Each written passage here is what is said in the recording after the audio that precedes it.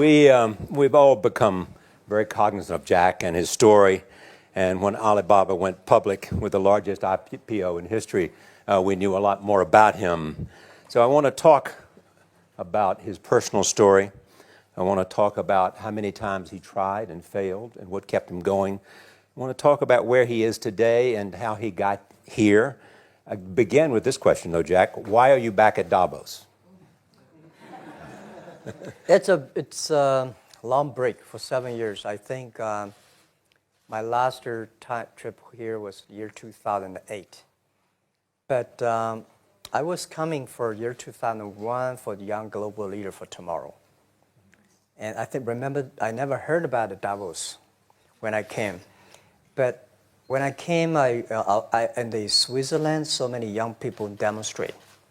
It was such a horrible thing that I asked them, why did they do it? They say, anti-globalization. And I say, why? Globalization is a great thing. Why people don't like it? And then we come all the way for 2 hours here. There's a machine gun. There's people checking. I say, oh, God, is that a forum or is it a prison we're going to go? Is that? But when I joined the forum at the Young Global Leader, I was thrilled by so many ideas. For the first 3-4 years, I learned what does the globalization mean? What does the corporate citizenship mean? What about social responsibility mean? All these new ideas, and I see so many great leaders talking about leadership, and I benefit a lot. In the year 2008 and 2009, when the financial crisis came, I think it's better to go back to work, because we can never win the world by talking. So go back, spend 7 years. Now I come back, I think it's time to do something return. Because I learned so much. Let's talk 12 about years that. ago. So why I should not talking to the young global leader of today, sharing with them how we've gone through. Okay. So that was the thing. Let's start with where you are today. Just how big is Alibaba? How many people come every day? How many people come in a week? How fast is it growing? Yeah, we have over 100 million buyers visiting our site, shopping our site every day. And we created 100 million every day. We created 14 million jobs for China, directly and indirectly. And we grow from 18 people to 30,000 people, 18 people in my apartment, to now we have 4 big campus.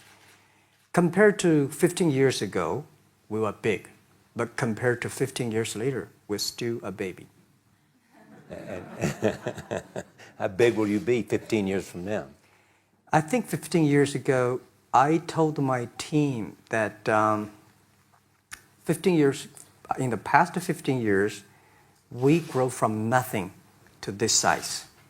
And 15 years later, I want people to know about Alibaba, know Taobao, because it's already everywhere.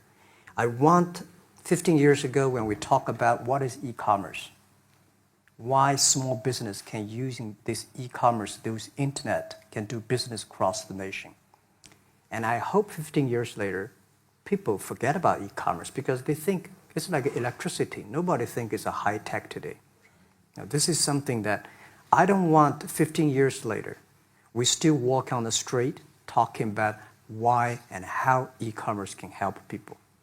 You tried to get into 3 colleges. Mm-hmm. Each time they rejected you. No, I tried. There is an examination that young people, if you want to go to university, you have to take the examinations. So I failed 3 times. Right. But a lot of fail. I failed for funny things that I failed a key primary school test for 2 times. And I failed 3 times for the middle schools. And you will never believe in Hangzhou, my city, there's only 1 middle school that lasts only 1 year. It was changed from primary school to middle school because our graduates of our school, no middle school accept us because we were too bad. Yeah. They would become a middle school. What effect did it have, though, being rejected? Well, I think we have to get used to it. We're not that good. Even today, we still have a lot of people reject us. I think when I graduated from universities, and before I, for 3 years, I tried to fill in the universities. So I applied jobs for 30 times, got rejected. I went for a police, they said, no, you're not good. I went to even the KFC. When KFC came to China, come to my city, 24 people went for the job. 23 people were accepted. I was the only one guy. And we went for police. 5 people, 4 of them accepted. I was the only guy that did not receive it. So to me, being turned down, rejected. Oh, by the way, I told you that I applied for Harvard for 10 times, rejected. I know I'll be rejected. I just don't want to say that. Yeah, sorry now. 10 times you wrote them and said, I'd like to come to Harvard.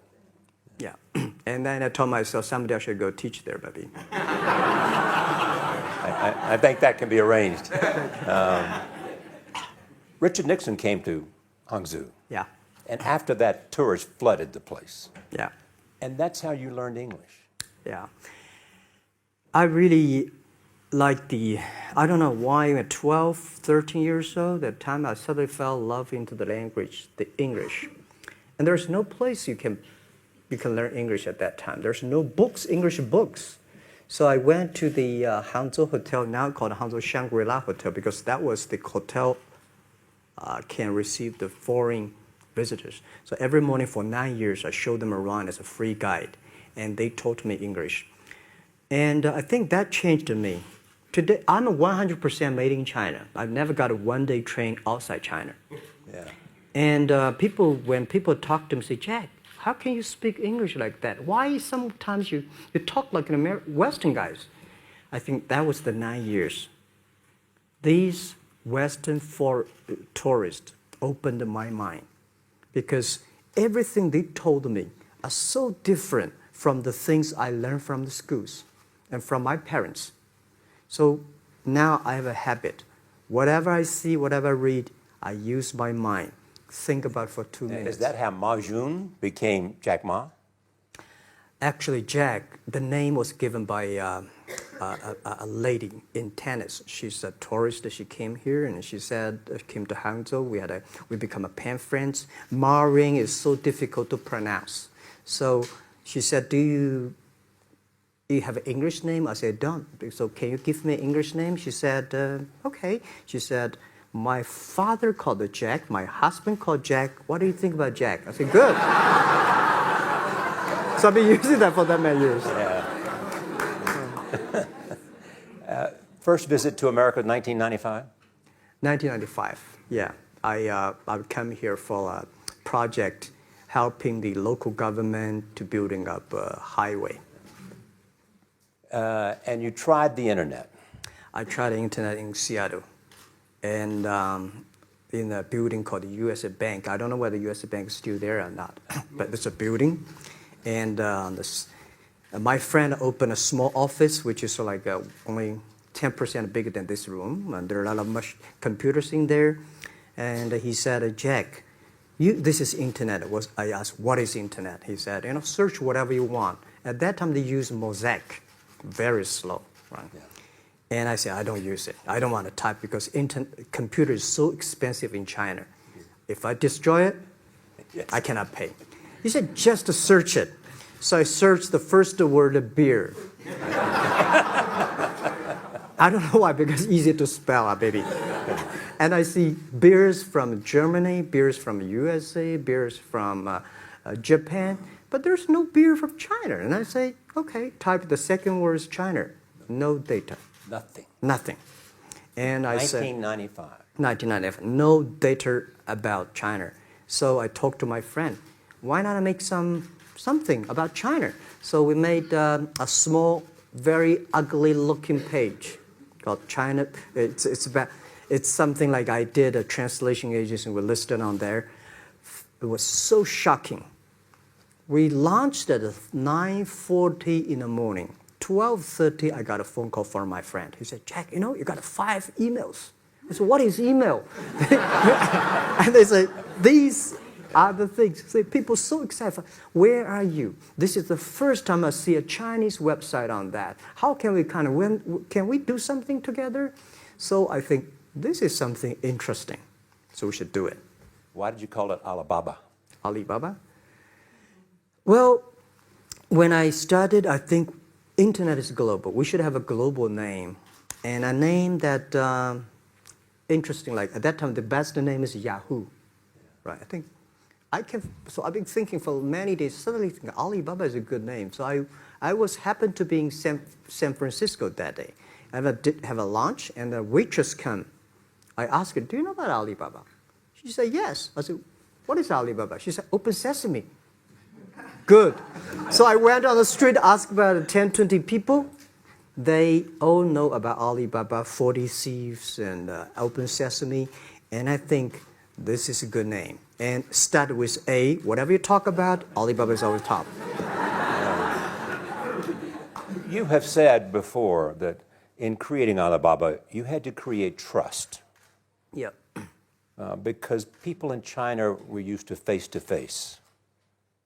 Yeah. How did you create trust? I think because we started about doing business on the internet. I don't know you, you don't know me. So how can you do things online unless you have trust? So for e-commerce, the most important thing was trust. I think when I first went to USA for raising money, talk to the venture capitalists, a lot of people say, oh, Jack, no. China doing business by the guanxi.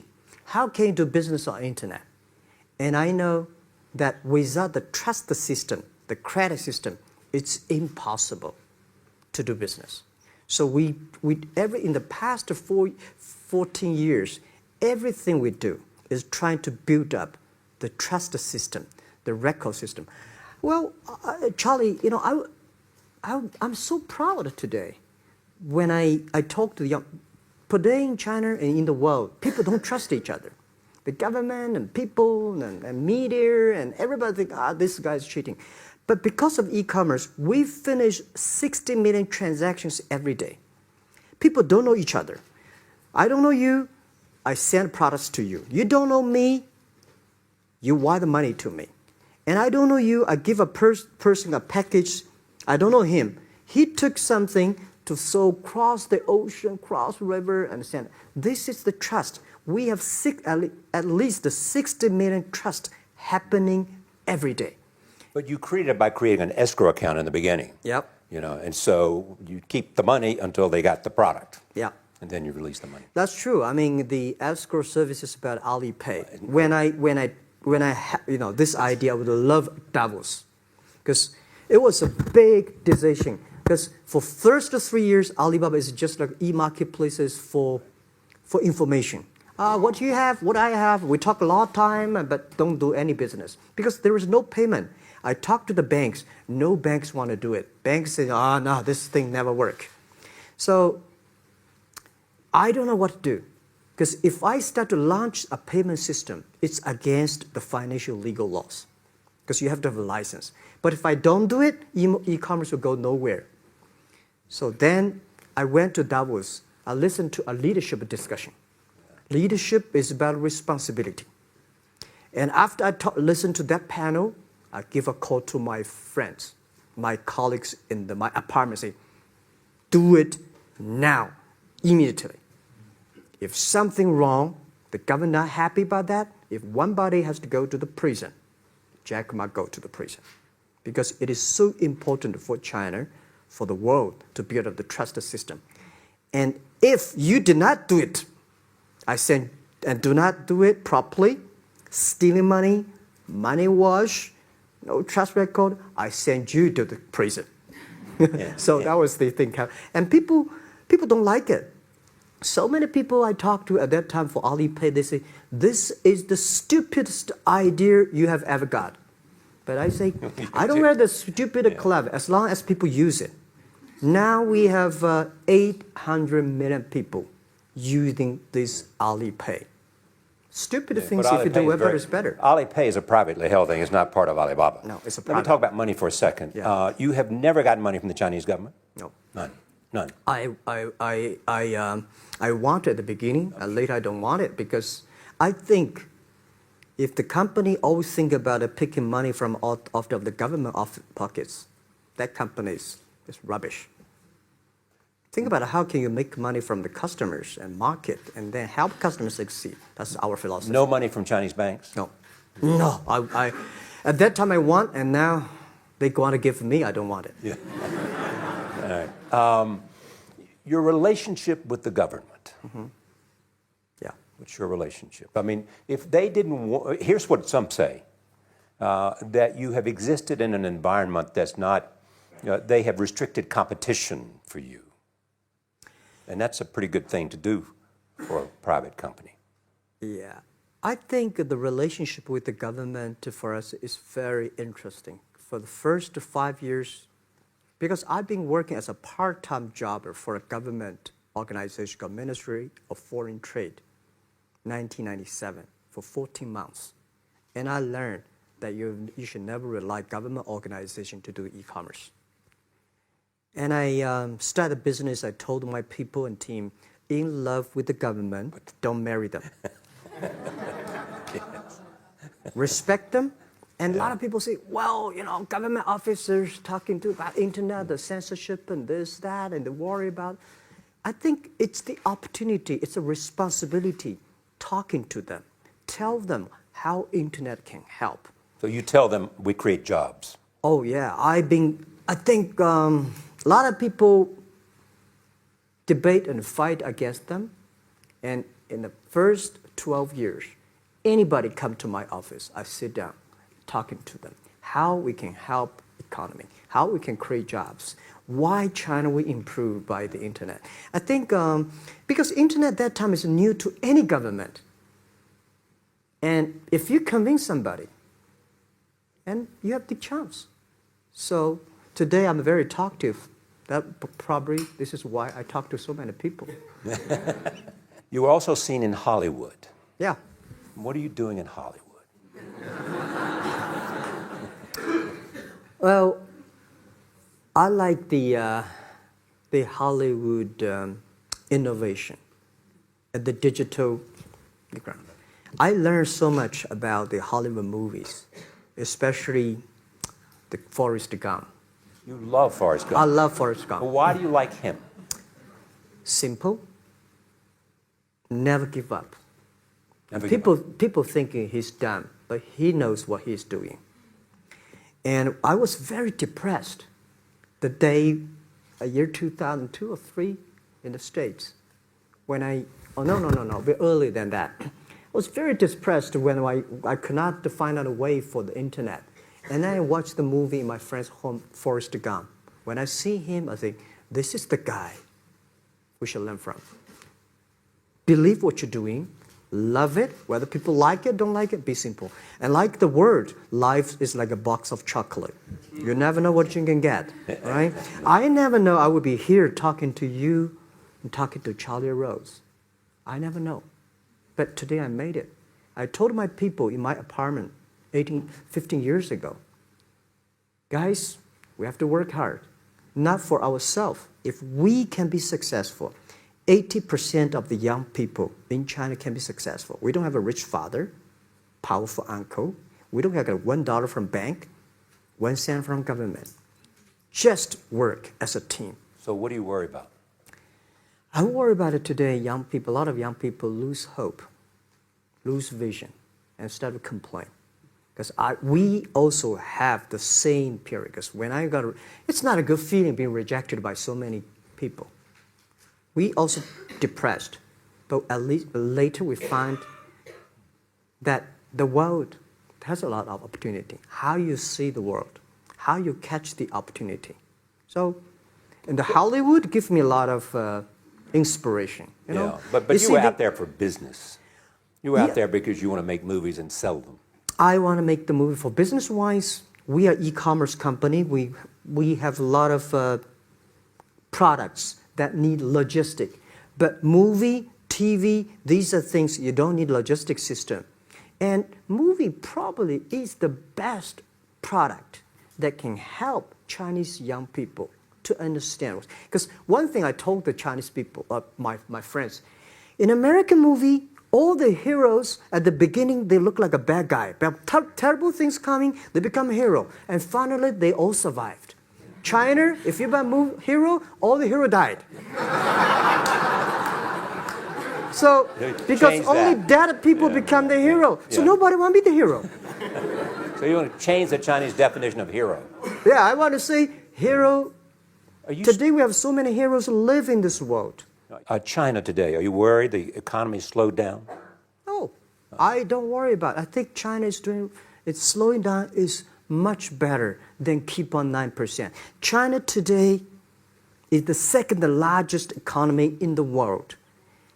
It's impossible to keep 9% of the growth. If China still keeps the 9% of the growth of the economy, there must be something wrong. You will never see the blue sky. And you will never see the quality. China should pay attention to the quality of the economy. China should not. So if we have a lot of influence, like Hollywood movies, things, and we have sports and these things in the GDP, will be much better. So I think, just like a human growth, this body can never grow. Certain time, the slow of growth of a body is slow, but you should grow your mind, grow your culture, grow your value, grow your wisdom. I think China is moving to that direction. And you saw Modi in India? Pardon? Did you see Modi in India? Not yet. I'm looking forward to that. So you'll go to India. Yeah. Finally, there's this. You're one of the world's richest people. Your company is one of the world's richest companies. What do you want beyond Alibaba? Well, about richest people, I was really not happy in the past 3 months when people say Jack Ma is the richest people of China. Global celebrity, they said. No, I'm not. When I started the business... You are. I never thought, because how many... Yeah, maybe I am. But I think 15 years ago, in my apartment, my wife was at that time one of the 18 founders. I asked her, do you want your husband to be a rich person? I never said rich person in China, rich person in Hangzhou. Or you want your husband to be a respected person? She said, of course respected. Because she never believed, and I don't believe we'll be rich people. We just want to survive. But I believe when you have $1 million, that's your money. When you have $20 million, you start to have a problem. You worry about inflation, which stock to buy and this, that, how it come. When you have $1 billion, that's not your money. That's the trust society gives on you. They believe you can manage the money, use the money better than the government and the others. So I think today, I have the resources, do more things. With the money we have, with the influence we have, we should spend more time on the young people. And I would say,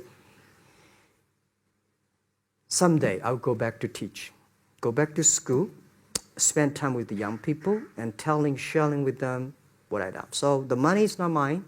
I just happily and having these resources, then I want to do a better job.